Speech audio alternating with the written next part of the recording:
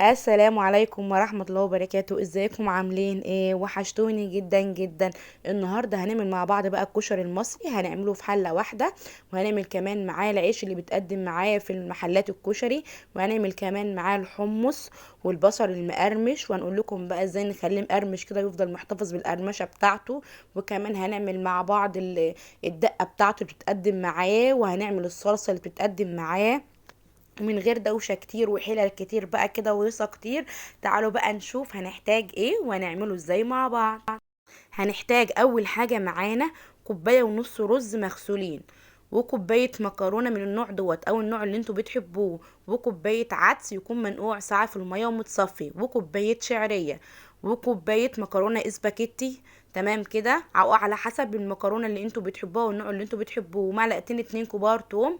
وده كده الحمص منقوع في الميه بقاله 3 ساعات عشان يستوي بسرعه معايا.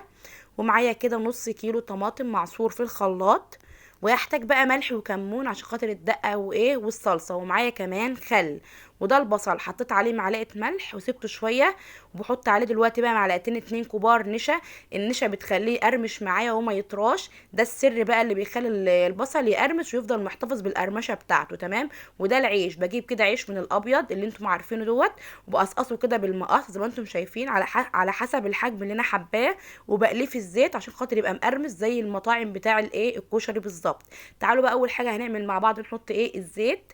بنحط كده زيت يسخن على النار، وبحط البصل فيه على حسب حجم الطاسه، بحط كميه البصل. تمام كده، ما احطش بقى كميه بصل كبيره ويكون الزيت والطاسه صغيرين، فالبصل ايه ما يستويش نصه والتاني نصه يتحرق معايا ونصه يبقى ني. تمام. وتكون ايدي فيه كل شويه واقلبه كده كل شويه زي ما انتم شايفين عشان خاطر ما يبقى كله لون واحد وكله يستوي درجه واحده لحد ما اوصل للون اللي انا عايزاه، اللون الذهبي الفاتح. ببتدي بقى اطلع البصل على مصفى عشان خاطر يصفي الزيت كويس جدا. ما طلعوش على مناديل عشان خاطر المناديل هتطريه وتخليه يعرق ومش هيحتفظ بالقرمشه بتاعته. يبقى اطلعه على مصفى يصفي الزيت واحطه في حاجه مفروده. هنا بقى بحط العيش اللي انا قصقصته معاكم اللي هو العيش الابيض، وبرده اتني اقلب فيه كده لان العيش ده بيتحمر بسرعه جدا، فما سيبش ايدي خالص منه نهائي. اتني اقلب فيه كده لحد ما ياخد اللون الذهبي اللي هو الايه الذهبي الحلو الجميل ده زي ما انتم شايفين كده برضو، واطلعه واصفيه واحطه برضو في طبق مفرود. تمام كده زي ما انتم شايفين. اهم حاجه ما يكونش لونه غامق عشان خاطر ما يمررش معايا، دي الدرجه الحلوه بتاعته الفاتحه جميل كده. وبعد كده بقى حطيت الحمص، صفيته من الميه اللي انا كنت نقعاه فيها، حطيت الحمص في ميه نظيفه وحطيت عليه معلقه ملح وحطيته على البوتاجاز لحد ما يستوي. اول حاجه بقى جبت شويه من الزيت اللي انا قليت فيه العيش والبصل وصفيته طبعا، وحطيته في قلب الحله، وحطيت الشعريه عليه زي ما انتم شايفين كده، وتن اقلب لحد ما ياخد اللون الذهبي الفاتح. برده ما اسيبش الشعريه عشان خاطر ما توصلش لدرجتين اتنين. خلاص بقى الشعريه اتحمرت معايا، بنزل بقى بالرز اللي انا غسلاه كويس، وتن اقلب كده اشوح الرز مع الشعريه كده في الزيت زي ما انتم شايفين. وبعد ما يتشوح كويس جدا بنزل عليه بالعدس. تمام. العدس اللي انا كنت نقعاه ساعه وصفيته من الميه بتاعته اهو. بدي بقى للعدس والرز والشعريه كده تشويحه مع بعض. وانا بقى بشوح الرز مع العدس مع الشعريه كده، بكون بغلي ميه كده على النار عشان خاطر ازود بيها الكشري. تمام، محدش يزود الكشري بميه ساقعه. خلاص بعد ما شوحت بقى العدس والرز والشعريه نزلت عليها بالمكرونه. نيجي بقى اللحظه الحاسمه، لحظه الملح. نظبط الملح بتاعنا كويس جدا كاننا بنعمل رز عادي او مكرونه عاديه جدا. تمام. واعمل حسابي ما ازودش الملح قوي عشان خاطر ما يبقاش ملحه زياده، او زي ما انتم حابين بقى، الملح والاكل اذواق. اللي بيحب الملح مظبوط تمام، بيحبه زياده برضو شغال، بيحب من غير ملح خالص برضو شغال، الاكل اذواق. نيجي بقى للمكرونه اللي هي الايه الاسباجيتي دي، بنحطها ازاي بقى؟ بنحطها كده ونفردها كده زي ما انتم شايفين عشان خاطر ما تلزقش في بعضها كده وتعجن. زي ما قلت لكم لازم افرد المكرونه الاسباجيتي كويس جدا على وش الكشري عشان خاطر ما تمسكش في بعضها وتلزق في بعضها. تمام. ولازم ازوده ميه سخنه بتغلي، وتكون الميه باينه كده وشايفينها على وش الكشري زي ما انتم شايفين.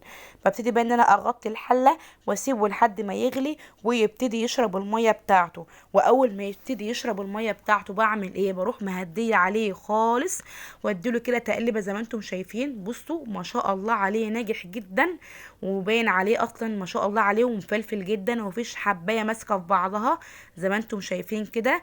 بعد ما اديله التقليبه ديت بقى بغطيه واسيبه لحد ما يستوي براحته خالص. تمام كده، على نار هاديه عشان خاطر الارضيه بتاعته ما تتلسعش معايا.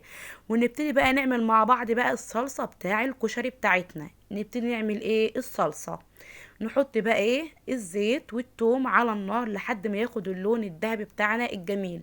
اهم حاجه الثوم ما يتحرقش معايا، لانه لو اتحرق هيمرر طعم الصلصه. تمام. بعد ما الثوم يصفر وياخد اللون الذهبي الحلو بنزل عليه بالطماطم المعصوره في الخلاط، ويكون جنب مني الخل والملح والكمون. محطش اكتر من كده. الصلصه بتحتاج معلقتين 2 كبار خل زي ما انتم شايفين كده اهو. ادي 1، ادي 2. نيجي بقى للملح زي ما انتم حابين، الملح اذواق. تمام كده، ملح زيادة شغال، ملح متوسط شغال، ملح من غير ملح خالص برضو شغال. حابين تزودوا شطة على الصلصة دي تمام، مش حابين خلاص. انا ما بحبش الحاجة حامية فمش هزود شطة نهائي. خلاص كده. نعمل بقى الدقة مع بعض. دي معلقة توم كبيرة كده، وعليها معلقة كمون، ونص معلقه كده صغيره كزبره ناشفه. انا ما بحبش الكزبره الناشفه فمش بكتر منها. ومعلقه ملح، ومعلقتين 2 3 كده كبار خل، وليمونه كده كبيره زي ما انتم شايفين هنعصرها عليها. تمام كده، ده اساس الدقه بتاع المطاعم. تمام. اللي بقى حابب يزود ملح ما يزودش، اللي حابب ملح خفيف ماشي تمام شغال. وننزل بميه عاديه جدا خالص، وتن نقلب كده لحد ما اوصل للايه، وادوق بقى واشوف الملح بتاعي اللي هو الايه الطعم المظبوط معايا، اشوفه عامل ازاي. وخلاص بقى كده الصلصه بتاعتي كانت سبكت معايا اهي. قوامها تخن زي ما انتم شايفين كده. اللي بيحبها خفيفه ماشي شغال تمام. الاكل اذواق زي ما انتم حابين. غرفنا بقى الكشري مع بعض. بصوا جميل ما شاء الله. وادي البصل وادي الصلصه وادي الحمص كان استوى معانا. وكمان العيش اهو ما شاء الله عليه جميل مقرمش. والحمص والبصل والصلصة والدقة وكل حاجة تمام شغالة. ولو وصلتوا لحد هنا ما تنسوليش بقى في الاشتراك بالقناة وتفعلوا الجرس واللايك والكومنت حلو جميل منكم كده، اهم حاجة. وتجربوا الكشري دوت وتقولوا لي عجبكم ولا لأ.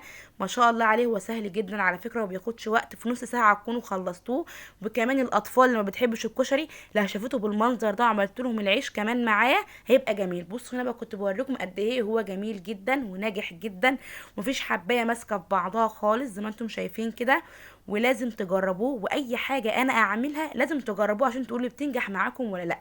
ويلا بقى السلام عليكم، باي باي.